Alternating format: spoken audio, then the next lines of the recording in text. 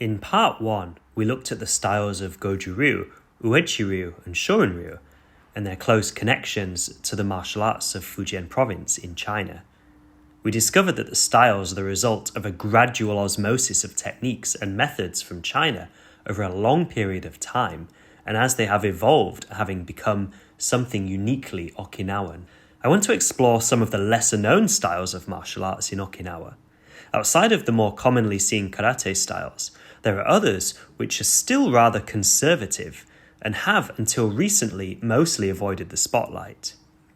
When James took us on a tour of Kume village, he talked about the 36 families that came over during the Ming Dynasty in China. One of those families is the Kojo family. In fact, the Kojo family has their own martial arts system, which is still practiced today. One person who is particularly familiar with the methods of the Kojo family is Scott Merz.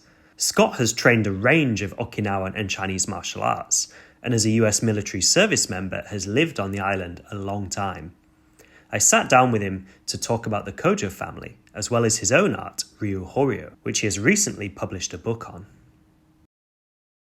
But a lot of people think that Kojo Ryu is the oldest style in Okinawa.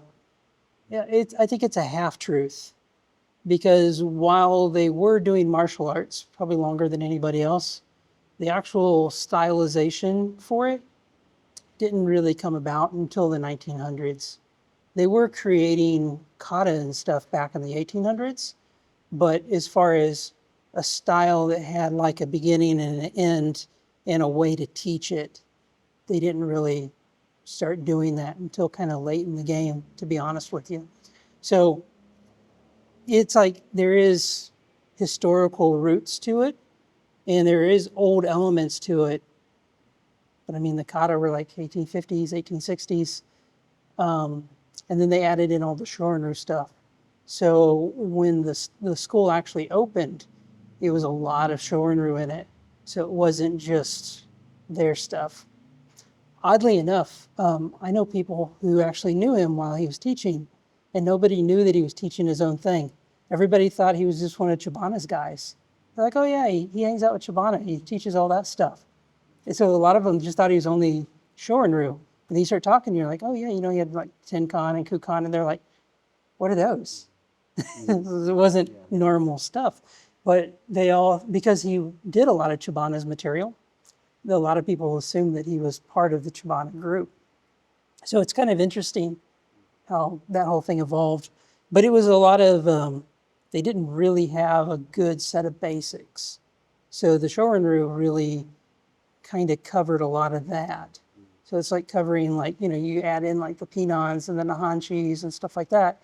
And it gives foundational material instead of starting somebody off at like a higher level material. Because you saw Tenkan. Tenkan's rough. And it's like, okay, that's where we're starting. Here we go. It's like, nah, give them some basics. Let them work up to that.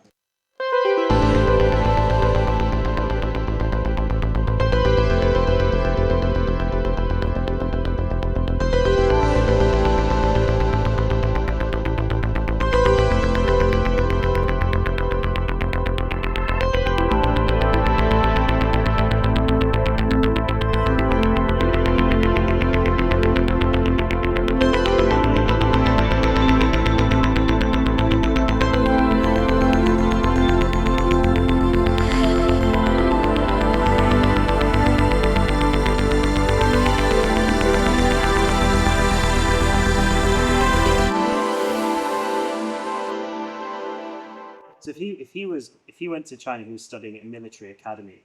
I suppose we can speculate that the hand-to-hand combat probably wouldn't have been the primary thing that he was doing. No. Maybe there'd be a small amount of it, but I think you said earlier, sort of more like... Yeah, I think it was more like cavalry type tactics. And it probably is not even cavalry in terms of like attacking so much, and more in terms of like, this is how you make a movement. This is a flank. This is like the strategy stuff. Because I don't believe he was actually in any real combat. So he was probably learning, basic soldiering type stuff. And at the time, cavalry was a big thing. You had cavalry, cannons, things like that. So that would have been, I think, more of what they were focusing on, rather than, okay, this guy's going to grab you by the wrist. Because, you know, it's like in combat, what do you do? Some guy grabs you by the wrist, you pull out your spear. And so one of the things I think people tend to misunderstand is, or it's kind of a misconception, is, I mean, not just with Kojo, but with Okinawan martial arts in general, is people tend to oversimplify the connection to China. And they're like, you know, this style comes from this style in China, or this kata is an exact, unchanged, you know, version of something that they learned from this style. Yeah. Can we talk a little bit about your thoughts on that? I don't think any of it is directly from China. I think that somebody would go and learn for like a little bit and then come back with what they had. And then over time, it would either get altered or they didn't really understand it when they learned it because they were never really there for like an extended amount of time. So what they came back with was like ideas and concepts more than like a full kata. I don't think the idea of the full like taolus coming back was really a thing until you had guys like, you know, Higashino Kanro, and because they brought back like Sanchen, which actually was in Fuzhou. But I think before that, it was just kind of piecemeal, kind of put together. Sort of more like a much more gradual osmosis of just little things Yeah. there over time, and maybe not necessarily from specific styles. Or Right. I think they were from a whole bunch of stuff, and then the guys would train together, and then it would like cross-pollinate, and then it became something. Yeah. So it's like one guy might have trained in Mantis and the other guy might have trained in Shaolin, but they're training together, trying to compare what each other had. And then one guy might be like, oh, that was really cool, and incorporate that into his own teachings, even though he didn't really understand the full style. But I think there was more of that happening, like way more of that than I learned this exact thing unaltered from China. It's like nothing here is exactly unaltered. Yeah. But then when we're getting into sort of, like you say, you know, Higura, so I'm really bad with the Japanese names. Higura Kanryo? Yeah. Higura Kanryo? Yeah. When we're getting into these guys, and they were the ones that were going over to Fujian, I mean, they were learning, like you say, Sanchian and things like that, and solid lineages like the whooping crane and things. But that's like a whole lot later. So Right. What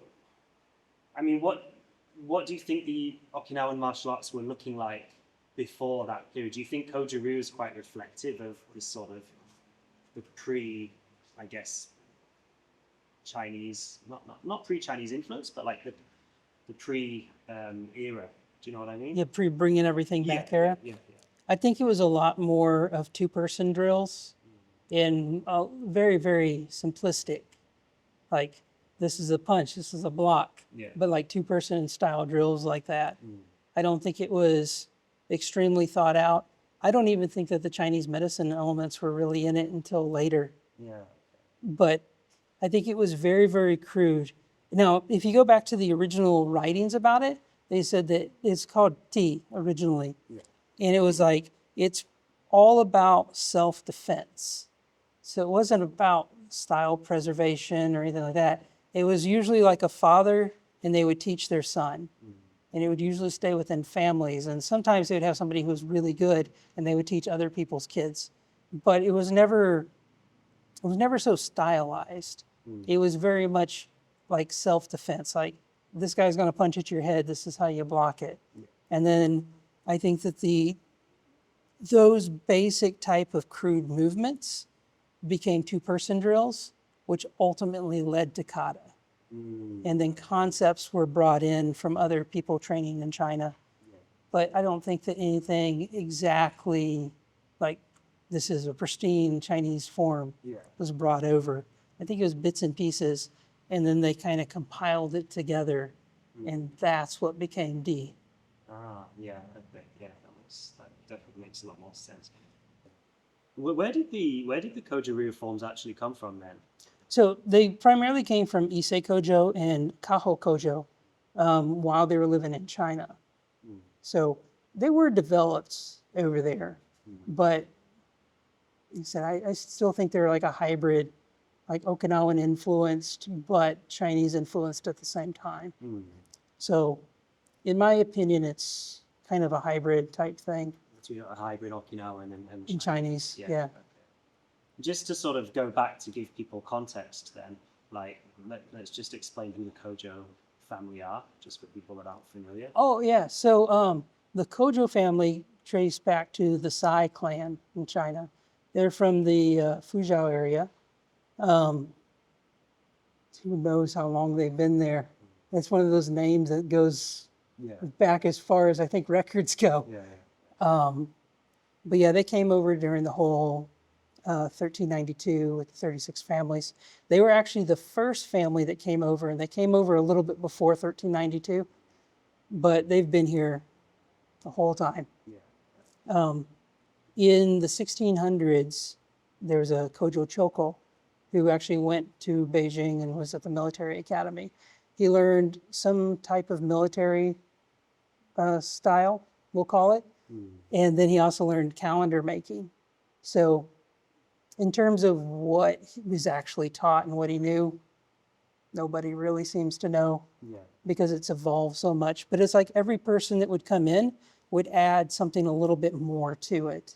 So it wasn't like this style only came from this one guy from the 1600s and it never changed. It's like every generation they added more to it.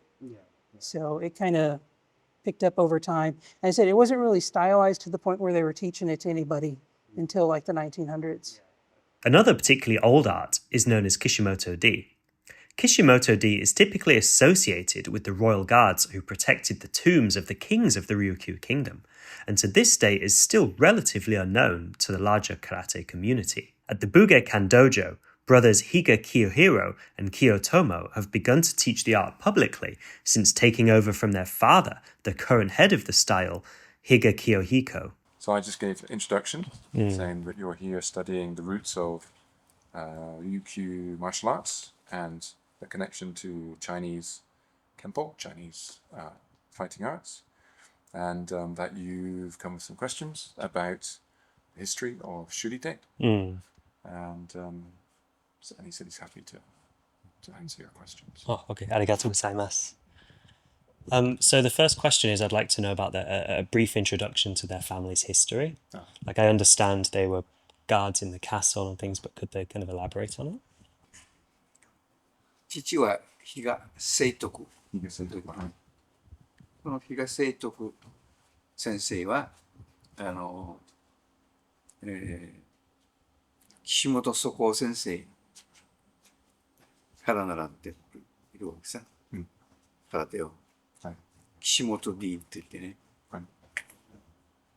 そして父はその後、山二流の棒術をやって、その後そこで師範免許っていうかな、その免許をもらったわけね、うちの父は。その後この岸本先生から習った武術を教えていこうと思って最初は習ってたわけです。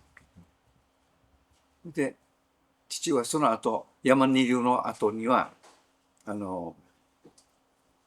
上原清吉先生のもとでこの元ウドゥンディ元部流の空手ね、元ウドゥンディを学んでたわけです。で習ってきては僕を相手にして投げたりいろいろやってたんですけどね、僕はそれだけではちょっと満足できないもんだからこの先生紹介してってから元ウドゥンディの先生を紹介してウドゥンディも身につけたわけです。父から最初は岸本素行先生の方を学んで、その後山二流の棒術を学んで、そして上原清吉先生に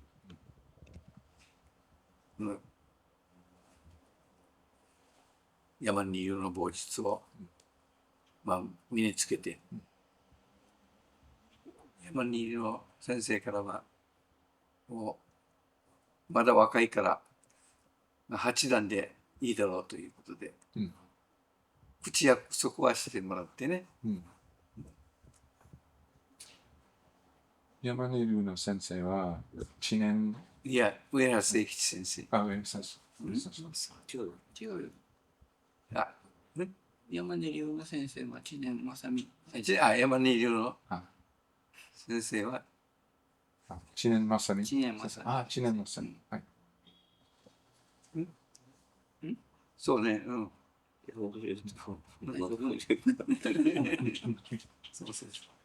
なるほど。そして元ゴズンディは上原誠吉先生。上原誠吉ですね。はい。なるほど。じゃあちょっと通訳します。そして実はその前に中学時代から空手を習っていてね。その前は親父から岸本 D を習ったわけです。そしてその後中田狩勘三先生って言って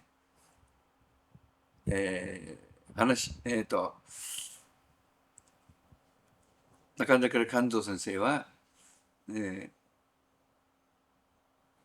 まあ沖縄の有名な先生だけど、なんだったっけ、花城長馬先生ね。花城長馬先生の昔 D をこの保存している方だった。はい。そして中田狩勘三先生はこの花城長馬先生からもうこれぐらい型を学んでここで勉強したらもう教えるのには不自由しないだろう。それだけ学べば飯食べるのには不自由しないと。わかりました。ということを言って、はい、その先生から僕は学んで、もう免許証ももらって、花城長馬先生の型を全部マスターしたわけですよ。はい。そして弟子たちに教えて、はい。そして、元ウドゥンディも上先生から学んで、それをまた教えて、山二流の棒術も僕が子供たちに教えて、わかりました。ということで、わかりました。それとね、おじいさんが、比嘉民進といって、おじいさん。この人はトゥマイディをやってて、それは今、後で気づいて、習って、そしてトゥマイディの腕幹と合杯を教えてるわけね。これ昔の先生ね。トマリティってトマリ武士さんからですか？トマリ名前は名前なんていうかな、おじいさん。比嘉民進だけど、その民進が習った方は名城という先生から習って、泊まりの方。そう、古い方で。はい。なるほど。その中にもその比嘉民進さんは私にこの内反地を教えたわけね。それが今の内反地と違うわけさ。比嘉の内反地として、比嘉家の人には教えようということで。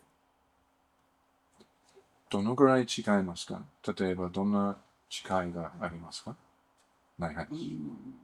全然この横一直線に動くというのが普通は、内反地ですよね。はい。それはちゃんと守ってるんだけども、はい。その手が複雑なんですよ。ああ、そうですか。それはもう一般には教えないことにしてる。ああ、うん秘密ですか。ね、なるほど。日掛けの方にしかはい。教えないようにしてなるほど。してます。わかりました。違いすぎてね、はい。なるほど。今の内反地、普通の内反地というのは、はい。初段、二段、三段あるわけだけどね。はい。だから、比嘉民進から習った方は、比嘉の内反地として伝えてるわけですよ。なるほど。わかりました。すごい。Many people have commented to me that KishimotoDi is a good representation of pre-World War II era karate. It had not undergone the standardization that many other styles did, and so maintained an older flavour. That said, the art is only just beginning to open itself to the outside world, and it may still take some time before we're able to see more of it in the public eye.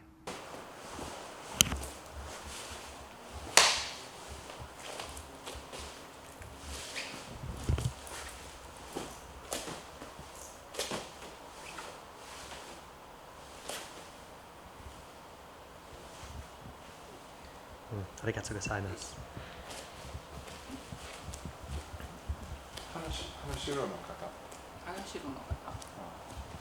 Talking of World War II, Okinawa saw some of the most devastating fighting in the war. At the same time, it was a subsequent US military presence on the island that led to karate's spread to the west.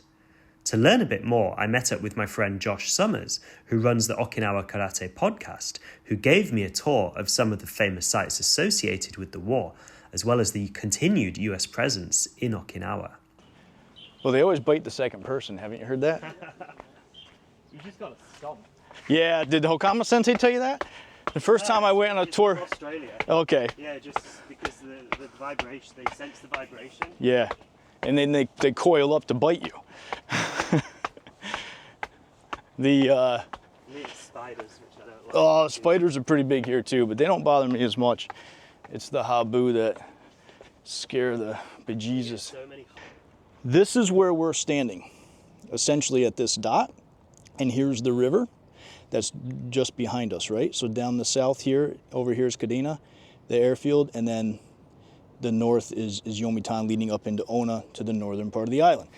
As the U.S. forces came in, most of the Army went south, most of the Marines went north.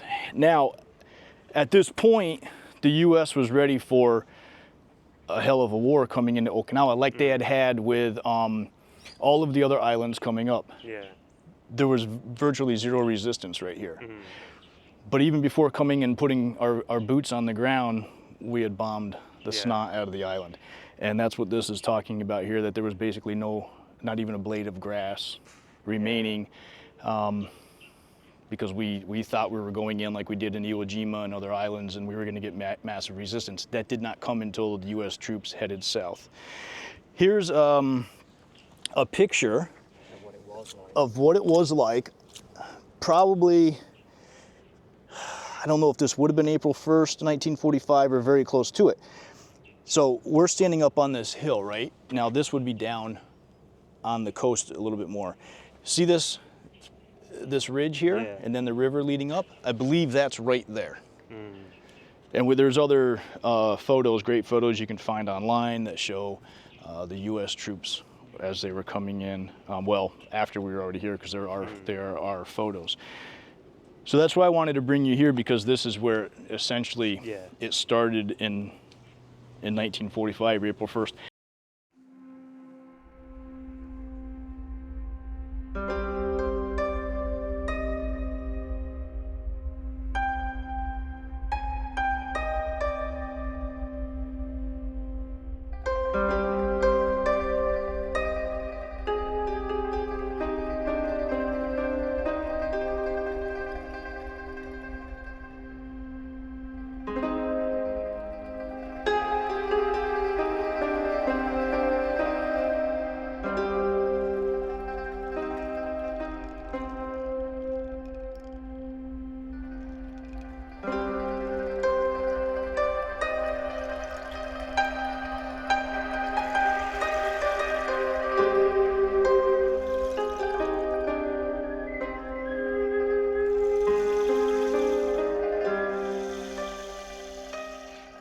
in the dojos here, you'll see a lot of foreigners. Yeah, right? I was gonna ask about Yep. that, like how many like soldiers are coming off and learning karate, because that's pretty much how, like, when you actually think, like, most people think, oh yeah, it was Bruce Lee is Right. why everyone got into martial arts, but honestly, really, when you think about it, I think it's the U.S. military. It was the U.S. in military. Japan and in Korea. 100%. Hence we have taekwondo, judo, karate, right? Yep, I've got a book.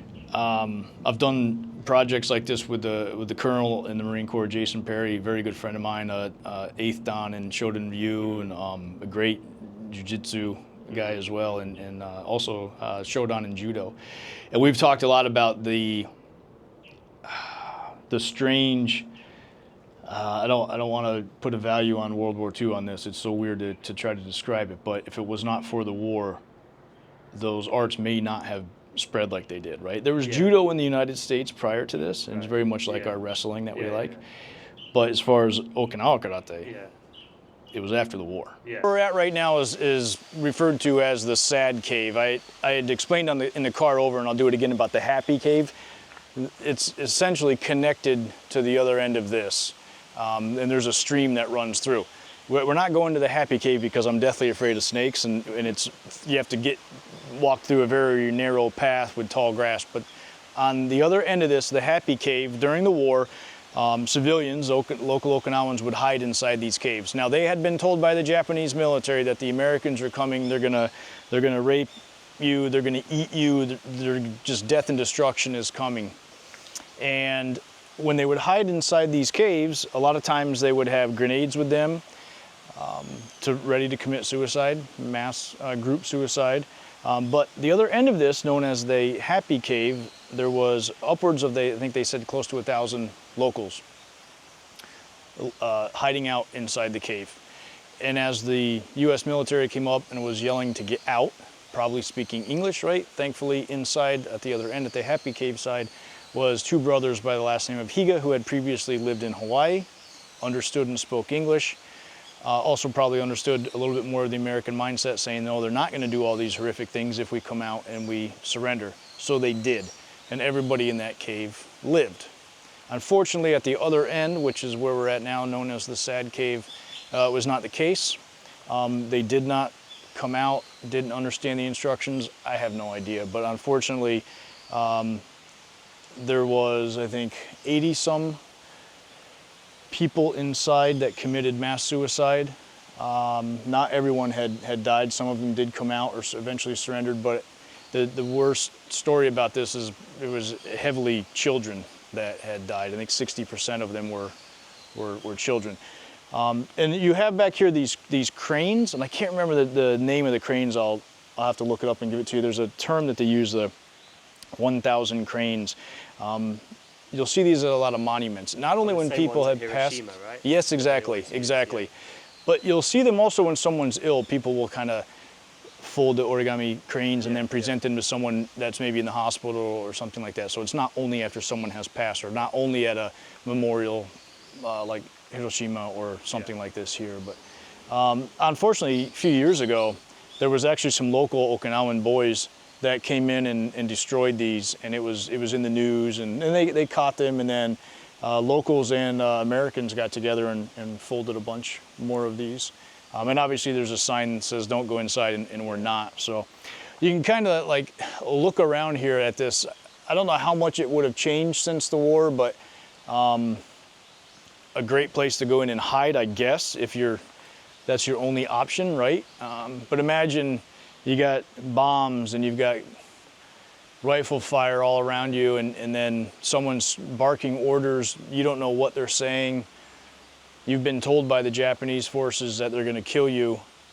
And ultimately, many of them decided to take their own life.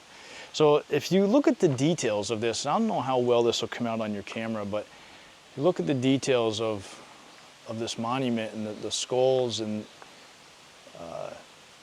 you see there's skulls all over it here, and then inside as well.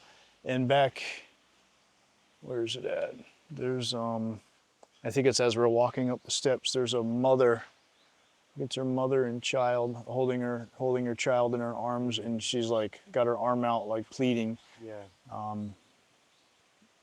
But you know, I didn't want to bring you guys here and make you sad or, you know, down the mood or anything like that, but it's the effects of what happened here during World War II. It's sad that like just such a beautiful place. Yeah. So, I mean, look at it. It's absolutely stunning here. I know. I can just think about like when I was a child growing up, we had streams like this going through the woods across the road from my house, and I'd be out playing and you know, with my G.I. Joe, basically. And you think about something like that, these people were here trying to survive. Yeah. And many of them didn't, you know. It's horrific. I look at a place like this, and I just want to come here and train. I mean, beautiful place to do some forms and stuff. But so like, when I started martial arts as a young boy, the sensei had never been in the military. But then later on in life, after I went back to the States from Okinawa, and I got involved with Okinawa Kempo, and then, you know, with the Okinawan arts, you start to meet more of the senseis that were stationed here predominantly after Vietnam, or during Vietnam. And take it back. So the dojos were run like the military bases. You know, the dress, the level of attention. People, when they're tying their obi, which you guys don't really even use a obi or a belt. No. So of course we do, and people like wouldn't let their obi touch the floor, like you're treating the American flag doesn't touch the floor, right? Yeah. Different things like that. The sort of lining up in rank and super dress. Yeah. And when sensei walks in, everyone's standing to attention as if an officer walked in. Yeah, you know? And when I came over here to Okinawa, when I moved back here, made it our home again, and then started going to the dojo, very quickly I realized how laid back everybody was, and how the children just run around. And now they're in class and they're listening to sensei, but they're children. They're goofing off, and there's this big sense of freedom for them. But even the adults that consistently show up to class late because they got off work, right? And class starts at 7, well, they got off at 6:30, and then they finally get there. It's just so easy going. Whereas in the States, if you're showing up late, you don't even come to class, because you're just going to get ragged out. You know, you're going to have to do 100 push-ups or some stupid crap that doesn't make any sense, really, for your martial arts training per se. But it's a totally different mindset over here. Now, I think even in Japan, it's more militaristic. Right. I mean, in this goes back even further into the early 1900s, when the martial arts was brought into the school system, and then later on it was introduced to mainland Japan, much more into the military, right? So there's that side of the history of it as well. But the Okinawans are so laid back. I mean, we've talked previously about the difference between Tokyo and Okinawa. And that holds true in the dojos over here as well. I mean, it's just a laid-back society. I actually have come to really like it. It irritated the heck out of me when I first got here. I could not stand the idea of someone showing up late for class. I couldn't. If you're not 15 minutes early, you're late. That was my mindset. Yeah. I've grown to accept it. I still don't like to be late for anything. But I've grown to accept that that's just the Okinawan way. But we see people come over. I've talked with other friends about this that have lived here for a while. We see the people try to out-Japanese the Japanese with customs and height, and try to... They focus more on, am I speaking the language, or am I actually getting better at karate? Yeah. Show up and freaking train, man. Yeah. I've never had a sensei upset that I didn't say the word properly in Japanese. They want me to do my kata properly. Practice my kihon. You know? So this is the tomb for Miyagi Chojun, who is the founder of Kojo Ryu. And you were with James Sensei just a few days ago at the park down in Naha, across from the Chinese Gardens, where his monument is at. He and his sensei. So yeah, this is it here. Behind us is very hard to see because it's so cloudy and such a dreary, unusually dreary November day. We started out way north. You can't even really see it now because of the cloud coverage. But in Yomitan, we started out way to the north. And you can see a plane coming in right now. This plane that's about to land is coming into, I think, Futenma, Marine Corps Air Station Futenma. which is not where we were near. We were near Kadena Air Base this morning. Actually, that one is coming into Kadena. Okay, and then we came to Kadena where we were filming, and now we're working our way south, and this is exactly what the U.S. military would have been doing as well during the war, working their way south. Across these ridge lines over here, we can see a helicopter coming in. That's probably coming into Marine Corps Air Station Fatema. So look behind us. You can tell even by the growth, this ridge line goes up higher, right? And there's still some caves that are dug out in this ridge line from the war. And this is Hacksaw Ridge. Yeah. So I had no idea that Miyagi Chojun's grave is on Hacksaw Ridge. His grave is on Hacksaw Ridge, yeah. So the tombs that we were at, Miyagi Chojun's tomb is to our right. Okay. I mean, obviously it's so grown up now, you can't really understand how steep the ridge line is, but there's photos all over the internet that shows what it was like after the war. Thank you, sir. Have a good day. So as the U.S. troops were coming into Yomitan and basically met no resistance, this is where the Japanese were standing literally watching, and they said that the Americans coming ashore were like a blind man without a cane. And you know, coming through the reef, the coral, the mud, the crap, bombing the crap out of the island, unfortunately, but seeing no resistance. And the Japanese are watching this, waiting, and saying, here they come. So they started, you know, retreating more and more as the war was going on, which is where you ended up the other day at Shuri-Te Castle, and you saw the caves underneath there, and then even past Shuri down into Itoman, where essentially the war stopped. The battle stopped on June 22nd in 1945. General Simon Bolivar Buckner, I remember I said I was stationed at Fort Buckner. General Buckner was the highest ranking U.S. officer killed in all of World War II, and he was killed here on Okinawa on June 18th, 1945. And then on the 22nd was when the fighting stopped. Of course, shortly thereafter, unfortunately, in August is when we dropped the 2 bombs. And then on September 7th, officially the Japanese surrendered here on Okinawa. They had previously already surrendered on, I believe it was the 2nd of September on the USS Missouri, and then the troops here surrendered at what is now on Kadena Air Base that I showed you earlier.